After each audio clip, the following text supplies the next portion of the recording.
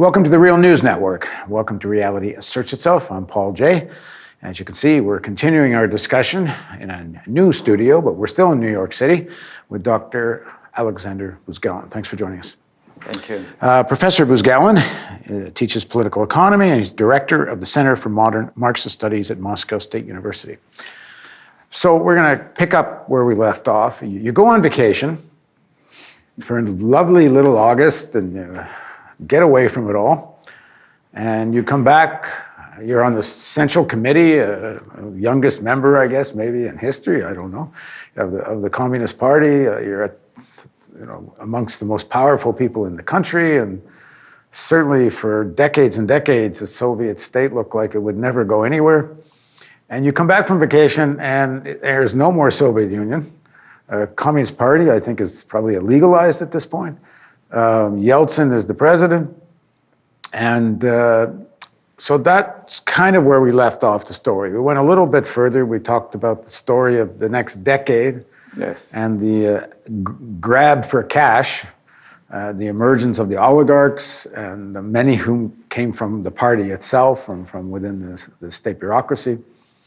And we get to the end of the 90s with a fairly established class of now billionaires and becoming billionaires, and a very chaotic state, and Putin becomes the new leader. And that's sort of where we left off. The sort of common narrative around this period after Putin becomes leader is that this is the story of the rise of a one-man dictatorship. And this is what the story of this whole next period of the Russian state is. What do you make of that? First of all, we do not have, and we didn't have from the very beginning, dictatorship of Putin. In the beginning of his epoch, or better to say in the beginning of 21st century in our country, we had another style of life. It was continuation of the power of oligarchs with top officials. It was partnership and friendship with the West in the beginning, by the way. Partnership with NATO, partnership with the United States. Even later, Putin was main advocate for joining to WTO. In Russia, we had very big opposition. World Trade Organization. Yeah, World Trade Organization. Majority of Russian, even business people didn't, majority not as far as money is concerned, but as far as number of businessmen is concerned. So majority even of business people were against joining to WTO, to World Trade Organization. So Putin advocated more of an integration with the Western capitalism. So he became Putin, let's say in modern sense of this word, only after crisis 2007, 2009. Before it was only some elements, some trends, maybe.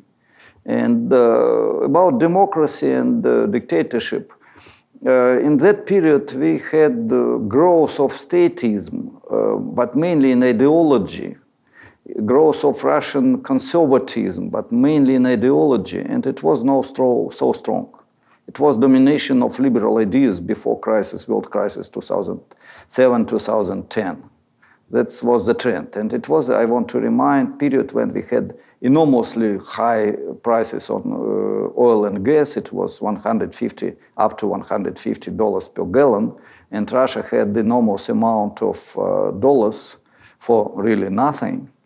It led to the enormous enrichment of oligarchs, but also some resources came to workers in budget sector, education, healthcare, to bureaucracy. It was enormous growth of bureaucracy, and a little bit for ordinary workers and peasants. And we talked earlier in the previous segment about even most of the oligarchs, as in medieval times, realized there needed to be a king because the competition between the oligarchs would threaten the systems of the oligarchs. Yeah, it's true. And they needed a state to play that kind of role. But in terms of Putin and the role of that state, there's their perception again in the West that it kind of gets used in a way that enhances Putin's power in the sense that he can favor these oligarchs and disfavor those. And in a sense, the state becomes more important than the oligarchs. It's true and not true. If any oligarch, any billionaire, and in Russia we have hundreds, more than 100 owners of more than $1 billion. And More than 100 billionaires. yeah, and the country is much not so rich as the United States or China. It's 10 times, maybe not less than 10 times, but many times less than United States or China. So if any from these oligarchs will decide to attack rules of the game, or personally president and his team, he will be in prison, or he must immigrate and so on. Yeah, but it doesn't mean that state became more important than class of oligarchs and top bureaucrats. First of all, it is not even class; it is strata inside class of bourgeoisie. We have very diversified class of bourgeoisie, very different types of bourgeoisie. And inside ruling strata, new nomenclatura, it's name of which Vaslensky used for Soviet bureaucrats. And now it's very similar. A few thousand of people with families, kids and so on, who are real rulers, who concentrate economic and political power. Because they control ministries, They and control, regulation. executive power, they control ruling party, they control administration of president, and they control main part of wealth of Russia. 70% of Russian wealth is concentrated in the hands of less than 1% of population. We know that and number key here, resources too. in the hands of a few families, no, I don't know, 100, 200 families. Yeah. The problem is that they have common interest, but they have clans. Like in, I don't know, court of Louis XIV or XV, yeah, in France. Different clans of aristocracy fighting between themselves, but generally speaking, it is one power, one strata of aristocrats who has power. The same in Russia. We have different clans, regional clans, clans interconnected with military-industrial complex, with oil and gas, with small difference between state gas and oil corporations and private gas and oil corporations. But difference is small, because top managers of state corporation are also oligarchs. And the private owners of private corporations are under the control of bureaucracy. So in Russia, state and private means not too much, it's not very big difference, unfortunately. And they have common interest.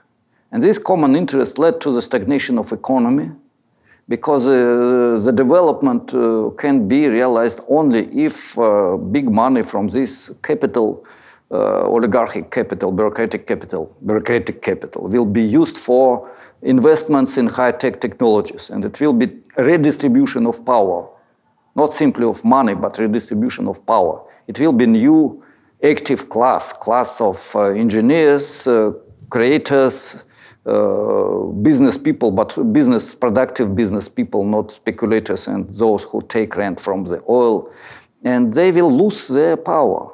So if we have not simply growth, but development, new quality of development, this strata will lose the power.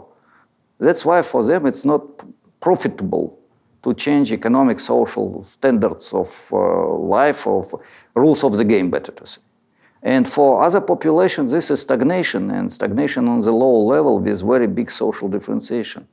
During last decade, we have more or less the same. After crisis 2007, 2010, it was 10% decline of production. Then we had small growth. After 5 years, more or less the same level as 2007, then minus 2%, plus 1%, 0, plus 2%, near zero.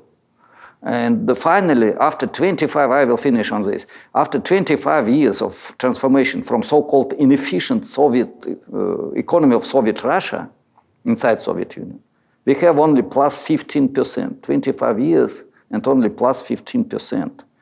And this In plus, productivity. In production, yeah. Production. Gross national product. Less than 1% per year during 25 years with all zigzags. And the quality is another. Well, that's kind of dramatic number, because given computerization and such, productivity and gross national product in the West has gone far, far higher than that. And if we compare with China, which had similar problems, but China had minimum 7% per year, and in the average 8.5. Yeah, and So what does this mean in terms of the life of working people and what their expectations were? You remember in an earlier segment, you were saying, everyone thought get rid of the Communist Party and socialism, and everyone's going to have, capitalism without capitalists. It's going to be, utopia. Utopia, unfortunately. So, first of all, as I said, during first years of so-called market reforms, shock without therapy, we had the terrible decline of production, incomes, and social differentiation. We received real poverty. And before it was impossible. And poverty for not only lazy people, liberal dogma, but intelligentsia became extremely poor, workers became extremely poor. After this, high prices on oil, life became little better, but what we have now, let's move to modern situation. As I said, 20 million people from 150, little less in Russia, are living under the poverty level. And poverty level is 10,000 rubles. 10,000 rubles is 160. Say that stat again. 10,000 rubles is poverty level. And how many people below We have 20 million people who has less than 10,000 rubles. At this time? At this time. And this is continuation. Before was sometimes little less, sometimes little worse, but more or less the same. What is 10,000 rubles? It is $160 per month. Of course, purchasing power of dollar is higher, but if you want to buy normal equipment, you will pay even more than in the United States. If you want to buy bread, it will be little less. So that's why it is poverty. Wage of majority of Russians, working Russians, is less than 30,000 rubles per month. This is $500. This is not poverty, but still country is rich with oil. Majority of people earning that wage. 50% has less than $500 per month. And in the same time, we have one of the best, second or third place as far as number of billionaires is concerned. And billions not of rubles, but billions of dollars. And they are buying football teams, palaces, 230 meters long yachts, and so on, in the country with such situation. So Putin is the face of this system. Whether he has as much power as people think he does or not, he's powerful, and the state is powerful, but he's the face of this system. Why, if in fact he's running at 70% or so popularity, if that's true, why? This is a big question. So we'll talk about why Putin seems to remain so popular in spite of tremendous inequality in this society. So please join us for the continuation of Reality Asserts Itself with Professor Buzgalin on the Real News Network.